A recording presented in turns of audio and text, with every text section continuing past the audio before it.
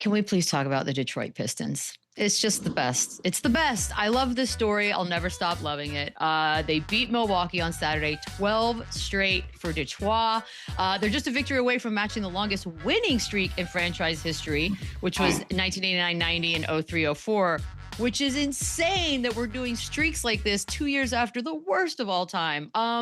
Okay, Chandler, do we take them seriously? Let's just start in the East. Can they go to the finals? Are we actually going to start saying that out loud without flinching?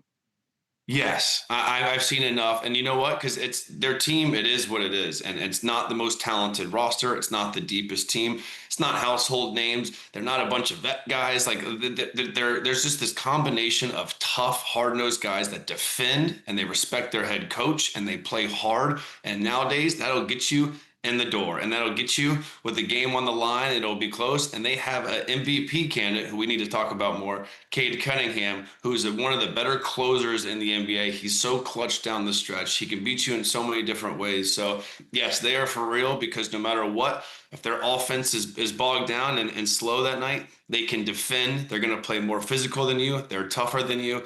And they have the favorite to win Coach of the Year, JB Bickerstaff, who I think is one of the greatest coaches in the NBA. So they have that combination where they genuinely are having fun. They play unselfish. They know it is put the ball in Cade Cunningham's hands, and then any other thing happens is extra. There's Jaden Ivey's coming back. Jalen Duren has turned out to be this absolute man-child who just turned 22 years old. So they have all the pieces. And this summer, I'll be honest with you, I didn't think they made enough moves. I didn't think they made enough noise to kind of do what they're doing now. So it is somewhat surprising. But the Eastern Conference is so wide open. The Cavs are going to be there. The Knicks are kind of hot and cold. You know, the Raptors have been a bit of a surprise, but no one's really drinking that juice. There's no reason why I don't see the Pistons at least go in the Eastern Conference Finals this year with how wide open it is, and that's a big reason with Cade Cunningham. But why not Toronto? And we're saying Detroit. They're 1-2, and we just they're made literally neighbors. Come on. Yeah, the East is wide open. And my case for Detroit is, I say, why not? Everybody, listen, why not? They're in the front. They're the front runners at this time, and everybody else just is kind of okay. I think Detroit is the only team that's taking care of business. They finished their breakfast and they're 14-2. You know, all of these teams from 3 to 10, they've beaten each other, and it's kind of like a mix of who's in the middle of the pack. Detroit has separated themselves. Toronto has separated themselves. Outside of that, we don't really know. I think Miami wakes up at some point.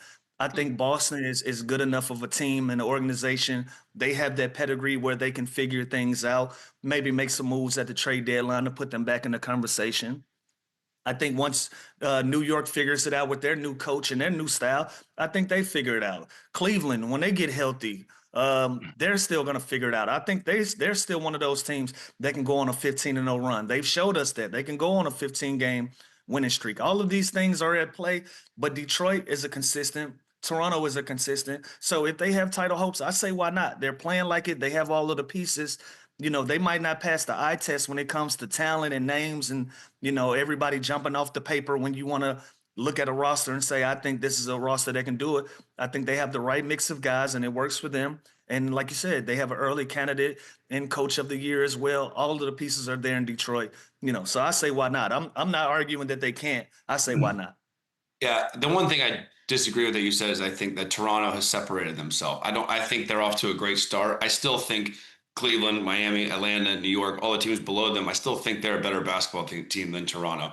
I used to think that about Detroit. I don't anymore. I feel like I've seen enough from last year to the growth to Detroit this year to the way they play, the style they play. I think that's more sustainable than Toronto. Now I'm hyped for their start. I think they're going to be a playoff team, but do I think the Toronto Raptors are going to finish a top 4 team? I really don't. But I do think the Pistons are there. I think the Pistons, worst case scenario, are the 4th seed in the Eastern Conference this year. But we talked about this all season long, Lou. Like, think about the right now, look at the standings. Like, the Boston Celtics are the 10th seed. They're 9-8. The Orlando Magic kind of underachieving, but I think they're going to figure it out and get better. The Bulls were this big surprise team that started off hot, but then kind of came back down to earth a little bit.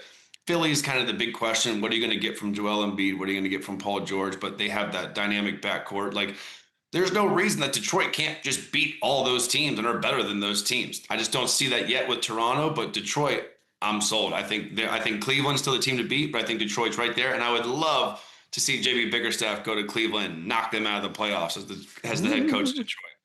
But Drama. all of those teams that you just mentioned, including the Boston Celtics at the 10 spot, they're a game and a half out of third. Like it's this. So this is they're a And game and a half. that's a scary 10 seed, the Boston Celtics. They're a game and a half out of third, and then you look at Toronto. Like this is why I look at Toronto. I can look at that roster and I can look at Ingram. I can look at Barnes and Quickly and Barrett and say, and Pirtle. I can look at those guys and say, you know what? Yeah. They jump off the sheet. They jump off of the paper as one of those teams who have names that I feel like can sustain where they're in this position. But both of our points, the East is all over the place. We don't know what's what. We don't know what's real. This is still very early in the season and the sample size. And I told Chandler this in the production meeting last week. I don't start looking at teams and seeing who's real until after the All-Star break, because that's when your legs starting to get a little weary. You're dealing with injuries. You're dealing with some adversity at that point.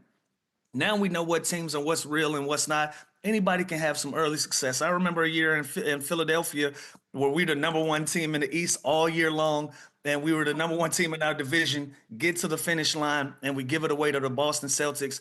And I'll never forget we played them in the playoffs, and Kevin Garnett walks up to us and says, I appreciate y'all babysitting that number one spot for us. Appreciate that, little dogs. And that stuck with me over my career because, again, you don't know how good you are until you go through the weather, until you go through the storms, and you come out on the other end of it as just as equally successful. So I still have that. I still have that viewpoint for the Detroits and the Clevelands, and the Torontos, and some of these teams that are having, some surprises. Last year, Cleveland was that surprise team. It didn't work out. Now they're still right there in that 3 spot. I want to see them emerge as one of those top teams. But again, in the East, why not? Everybody's clustered up until somebody starts creating some separation. Yeah, and I feel like more so than ever, the conference matters so much this year. Like if the Pistons were a West Conference team, You got this. Yep. Western Conference team. I think the Thunder are a better team. I think the Nuggets are a better team. I think the Rockets are a better team. So it's hard. Yes, they're handling business, and they're one shy of a franchise record. Like they are doing their thing. They still got to come out of the Eastern Conference, but I think there's 5, 6, 7 teams in the Western Conference that they're going to possibly down the road beat in the finals that are just as good, if not better. There's a lot of basketball to be playing, but it's a great start for them. It's a hell of a story.